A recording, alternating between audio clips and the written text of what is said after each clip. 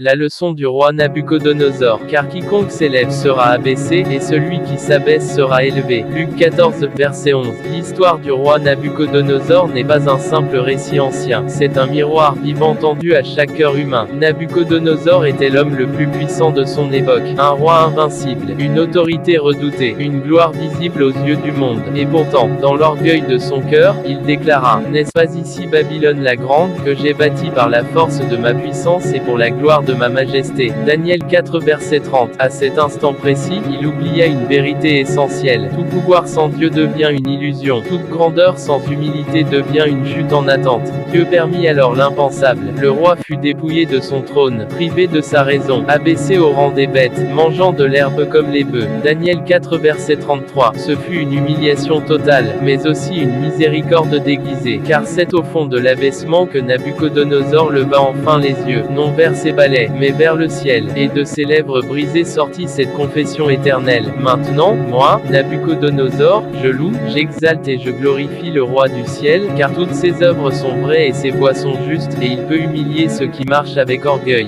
Daniel 4 verset 37. La chute devint renaissance, l'humiliation devint révélation, l'orgueil céda la place à la vérité. La leçon pour nous aujourd'hui: Dieu ne cherche pas des cœurs élevés, il cherche des cœurs humiliés. L'humilité n'est pas une faiblesse, c'est la porte secrète de la véritable grandeur. C'est reconnaître que sans Dieu, nous ne sommes que poussière, mais avec lui, nous devenons porteurs de gloire. Jésus l'a dit clairement, celui qui s'humilie comme cet enfant est le plus grand dans le royaume des cieux. Matthieu 18 verset 4. L'humilité attire la grâce. L'humilité ouvre les cieux. L'humilité protège le cœur de la chute. Parfois, Dieu permet que nous soyons abaissés, non pour nous détruire, mais pour nous sauver de nous-mêmes. Ce que Dieu enlève par humilité, il le rend avec gloire. Ce que l'orgueil construit en une nuit, Dieu peut le renverser en un instant. Mais ce que l'humilité confie à Dieu, il l'élève au temps parfait. Ne te bats pas pour être vu. Abaisse-toi devant Dieu. Laisse-le te relever. Celui qui se prosterne devant Dieu ne tombera jamais devant les hommes. L'humilité précède la gloire, l'orgueil précède la chute. Voici mon conseil. 1. Avant de parler, demande-toi, est-ce l'orgueil ou l'amour qui parle? 2. Quand Dieu te bénit, n'oublie jamais d'où tu viens. 3. Si Dieu t'abaisse, ne résiste pas, écoute.